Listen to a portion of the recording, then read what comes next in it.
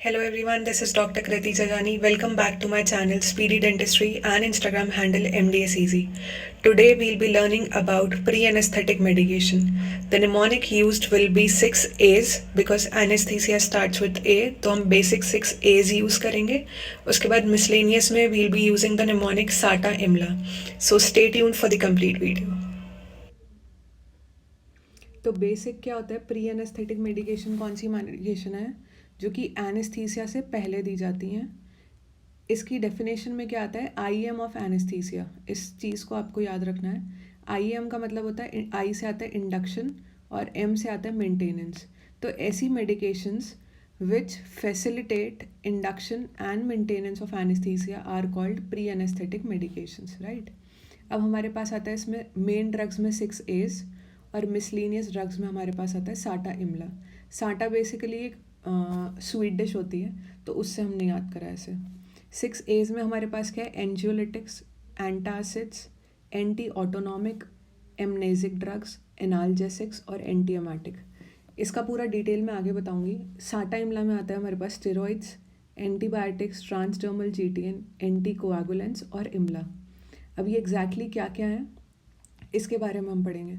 बिल्कुल जो highlighter points जो होते हैं, जो बज़वर्ड्स याद करने हैं, मैं बस वही बताऊंगी इसमें, ठीक है. सबसे पहला आता है हमारे पास एंजियोलिटिक्स. एंजियोलिटिक्स क्या होंगे, जो कि एंशियसनेस को पेशेंट को कम कर देंगे ताकि सर्जिकल प्रोसीजर आसान बन पाए. या तो कम कर देंगे या बिल्कुल गायब कर देंगे. ये मेडिकेशंस हम 45 to 90 minutes before the surgical procedure देते हैं. और ये एब्जॉर्ब कैसे होती हैं, जीआईटी से एब्जॉर्ब होती हैं. ज़्यादा तक ओरली दी जाती हैं ये मेडिकेशंस, राइट. इसमें हमारे पास कौन सी ड्रग्स आती हैं, हमें पता है बेंजोडाइजेपिन्स देते हैं हम. उसके अलावा बारबिचुरेट्स देते हैं. और कौन सी देते हैं, फिनोथायाजीन्स देते हैं. तो ये हम बेसिक ड्रग्स यूज़ करते हैं. पर इसमें जो गोल्ड स्टैंडर्ड है वो कौन सी होती है, डायज़ेपाम. डायज़ेपाम किस में आती है, बेंजोडाइजेपिन में. गोल्ड स्टैंडर्ड ड्रग है डायज़ेपाम. उसके अलावा डायज़ेपाम जो है वो आईवी दी जाती है और नाइट बिफोर सर्जरी हम इस दवाई को दे देते हैं, ठीक है.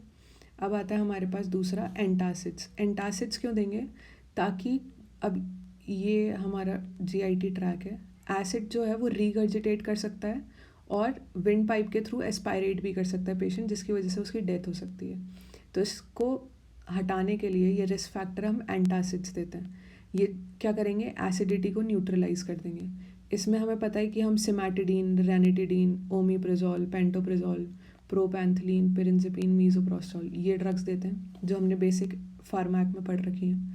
फिर आता है एंटी ऑटोनॉमिक, जो ऑटोनॉमिक सिस्टम को डिक्रीज़ कर दें ताकि पेशेंट को कोई भी अजीब सा रिस्पॉन्स ना है. इसका मेरा मतलब क्या है, हमें पता है कि वेगस जब जब स्टिमुलेट होती है, हमने ऑर्बिटल फ्रैक्चर में पढ़ा है, वेगस स्टिमुलेट होने से क्या होता है, हार्ट रेट जो होता है वो स्लो डाउन हो जाता है. मतलब पेशेंट को क्या हो जाता है, ब्रेडिकार्डिया हो जाता है. तो इसको अवॉइड करने के लिए हम एंटी ऑटोनॉमिक ड्रग्स देते हैं.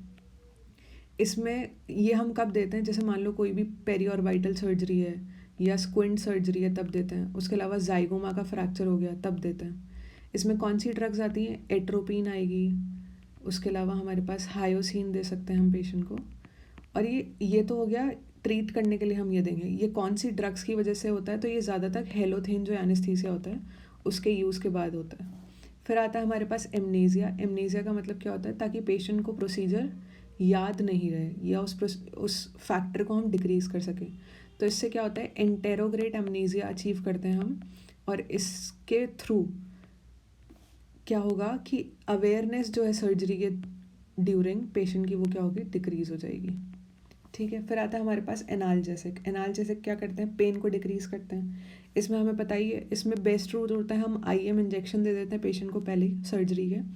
इसमें मॉर्फिन आती है. मॉर्फिन की हिस्ट्री हमें पता है कि वर्ल्ड वॉर के टाइम पे भी मॉर्फिन यूज़ करा जाता था. जैसे अगर किसी का पैर भी कट गया तो हम उसे मॉर्फिन दे देते थे और वो पेन भी पेशेंट को या जो सोल्जर होता था उसे पता नहीं चलता था.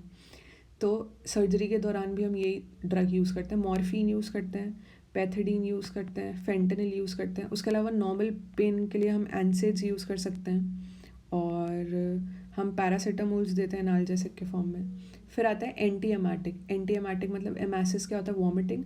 तो एंटी एमेटिक मतलब जो वॉमिटिंग नोजिया को कम कर सकें.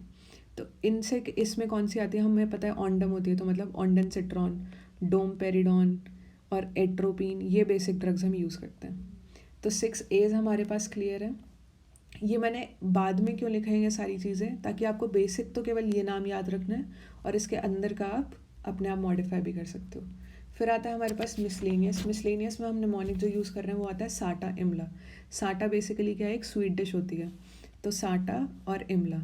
सबसे पहले स्टेरॉइड्स। स्टेरॉइड्स किस में देते हैं, इसमें बज़वर्ड्स क्या हैं कि जो patient already long term steroids पे हैं उनको देंगे, और मोर देन 3 मंथ से जो ऑलरेडी स्टेरॉइड्स ले रहे हैं उन पेशेंट्स को हम देते हैं। फिर आता है हमारे पास एंटीबायोटिक्स। एंटीबायोटिक्स हम किस में देते हैं, ताकि हम क्या प्रिवेंट करना चाह रहे हैं, सैब, मतलब सब एक्यूट बैक्टीरियल एंडोकार्डाइटिस ना हो पेशेंट को, उसको देते हैं। ट्रांसडर्मल जीटीएन का मतलब क्या होता है, जीटीएन क्या है, ग्लिसरल ट्राइनाइट्रेट। तो इसका पैच या फिर हम पेस्ट फॉर्म में दे देते हैं पेशेंट को, और इससे क्या होगा, जो हार्ट को खुद वेसल सप्लाई कर रही है उसे हम क्या बोलते हैं, कोरोनरी आर्टरी। तो कोरोनरी इस्चीमिया के रिस्क फैक्टर को डिक्रीज करने के लिए हम ट्रांसडर्मल जीटीएन देते हैं पेशेंट को। नेक्स्ट आता है हमारे पास एंटीकोएगुलेंस, मतलब ब्लड क्लॉट्स ना बनने लग जाएं, इसको प्रिवेंट करने के लिए हम एंटीकोएगुलेंस देते हैं। और ये किसके प्रोफाइलैक्सिस के लिए देते हैं हम, ताकि पेशेंट को डीवीटी ना डेवलप हो, मतलब डीप वीनस थ्रोम्बोसिस, ये थ्रोम्बस ना बन जाए, इसलिए हम एंटीकोएगुलेंस देते हैं।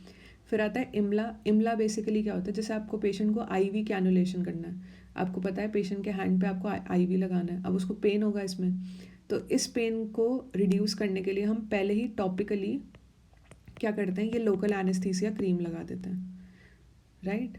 तो बेसिक हमने पढ़ लिया। Thank you for listening and stay tuned for TMJ Anatomy. Like, share and subscribe to my channel Speedy Dentistry.